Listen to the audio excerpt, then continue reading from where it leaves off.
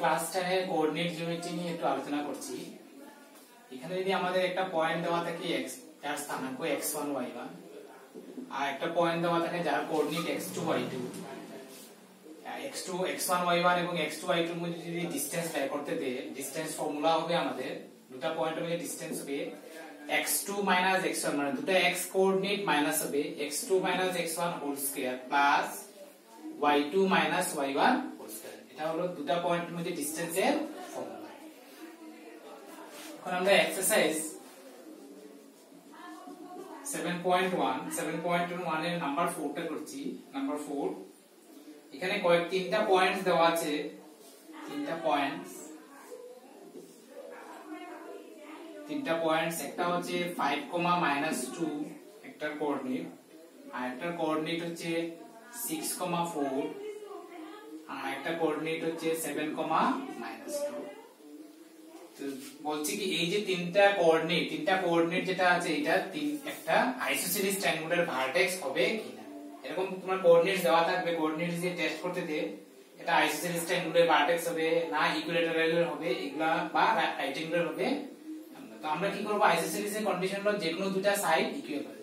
আমরা distance formula দিয়ে AB AC BC এগুলো সব একটা একটা করে বের করে দেব। তো প্রথম আমরা ধরে নিচ্ছি let A, B, C be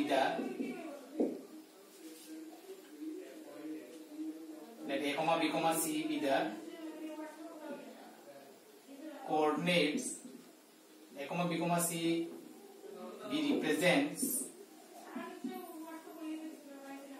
represents the given points 5, -2, 6, 4, 7, -2। এখানে আরো সুবিধার জন্য আমরা এভাবে নিয়ে নিব। অলসো লেট প্রথমটাকে নিয়ে নিব আমরা x1 y1,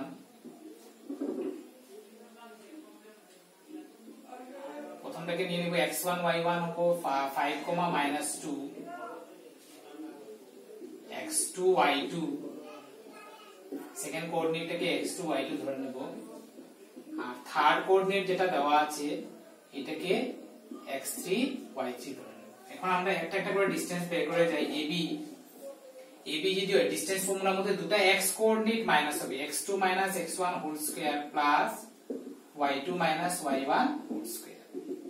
so this is x2 x1 that is হবে x2 হবে 6 x1 হবে 5 whole square plus y2 y1 হচ্ছে আমাদের 4 y2 y1। তো মাইনাসে মাইনাসে কি হয়ে যাবে প্লাস, এটা খেয়াল রাখবে তোমরা। 4 আবার এখানে মাইনাস আছে, তো মাইনাসে মাইনাসে আমাদের কি হয়ে যাবে প্লাস। বা আমরা একটা স্টেপ লিখে নেই প্রথম সাম x2 x1 হোল স্কয়ার। এটা হবে 1 স্কয়ার 4 + 2 6 স্কয়ার হবে 36 + 1 37। এখন আমরা BC বের করে নিচ্ছি একইভাবে। BC দুটো x কোঅর্ডিনেট মাইনাস হবে, তো x3 x2 whole square plus y3 y2 whole square. দুটো x কোঅর্ডিনেট মাইনাস হবে আর দুটো y কোঅর্ডিনেট মাইনাস হবে, তো x3 x2 হবে 7 6 হোল স্কয়ার প্লাস y3 হবে -2 -4 হোল স্কয়ার। এটা হবে 1 স্কয়ার, এটা হবে -6 whole square, it is 1 plus 36 equal to 37। তো দুটো সাইড ইকুয়াল হয়ে গেছে। যদিও আমাদের থার্ড সাইডটা দরকার, দুটো সাইড ইকুয়াল হয়ে গেছে আইসোসেলিস হয়ে গেছে, তাও আমরা থার্ড সাইডটা লিখে নিচ্ছি CA হবে x1 x3, দুটো x কোঅর্ডিনেট মাইনাস হবে প্লাস দুটো y কোঅর্ডিনেট মাইনাস হবে। তো x1 x3 মানে কি হবে 5 7 whole square, y1 y3, y1 হচ্ছে -2 y1 মাইনাস, তো মাইনাসে মাইনাসে এটা কি হয়ে যাবে প্লাস হয়ে যাবে। এইটা থেকে এটা মাইনাস করতে হবে, এটা মাইনাস, তারপর মাইনাসে মাইনাসে প্লাস হয়ে যাবে +2 হোল স্কয়ার। তো এটা হবে -2 whole square plus 0 equal to হবে 2। তো देयरफॉर আমরা কি পাচ্ছি AB ইকুয়াল টু BC। যেহেতু দুটো সাইড ইকুয়াল হয়ে গেছে, देयरफॉर আমরা বলবো the given given 4 points are the vertices of an isosceles triangle. Vertices of an isosceles triangle. যদি তিনটা সাইড যদি ইকুয়াল হয়ে যায় তাহলে এটা ইকুইলেটারাল হয়ে যাবে। আর যদি রাইট অ্যাঙ্গেল ট্রায়াঙ্গল হয় কিনা যদি টেস্ট করতে দিই তাহলে আমরা পাইথাগোরাস স্যাটিসফাই করে কিনা এটা দেখে নেব, পাইথাগোরাস থিওরেম।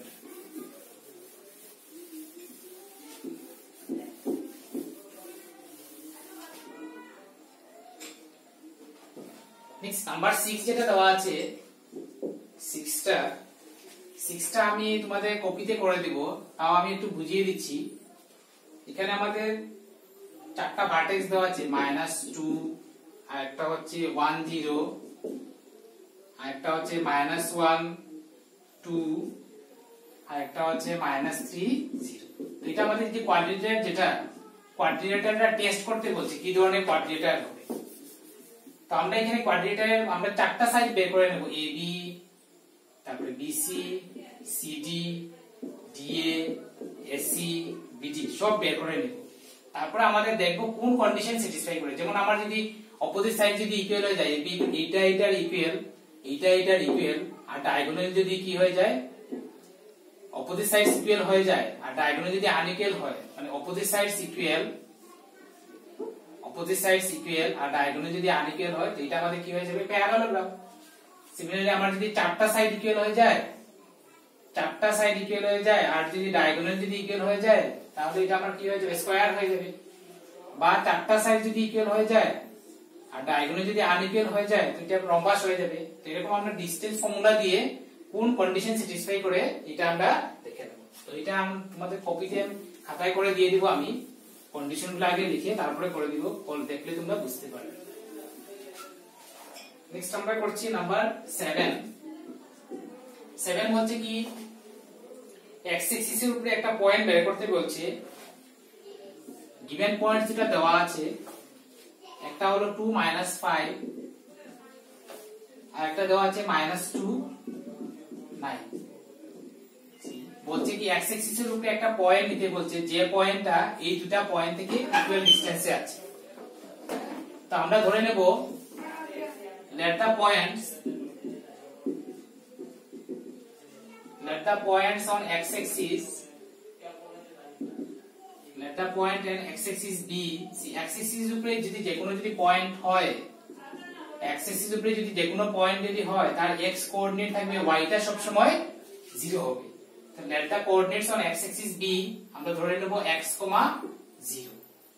তো according to question আমার কি আছে, এই যে পয়েন্ট যেটা দেওয়া আছে x axis এ যে পয়েন্ট দেওয়া আছে এটা a আর b দুটো থেকে ইকুয়াল ডিসটেন্স। তো অ্যাকর্ডিং টু কোশ্চেন আমাদের দেওয়া আছে কি AC ইকুয়াল টু দেওয়া আছে কি BC, AC equal to BC। x axis এ যে পয়েন্ট এর থেকে যা ডিসটেন্স হবে ওই পয়েন্টটা b থেকে তার ডিসটেন্স ইকুয়াল, তো AC ইকুয়াল টু BC হবে।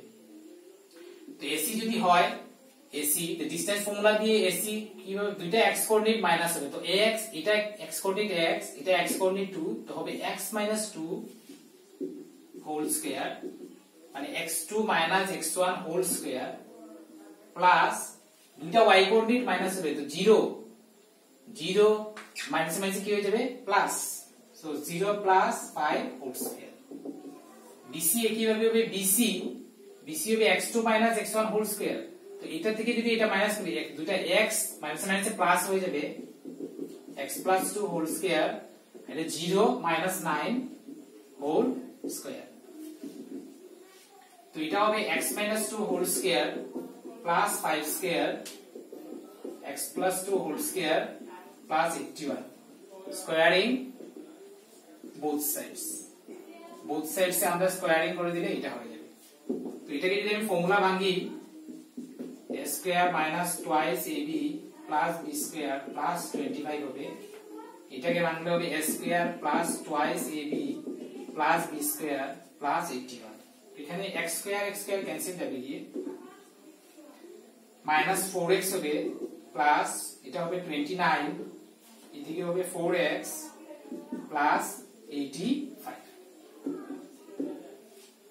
তো এটা minus 4x 4x কি হবে -4x হবে 85 -29 তো -8x equal to 6 56 x equal to 56 by -8 cancel হলে হবে 7 x equal to -7 x যদি -7 হয় therefore required point is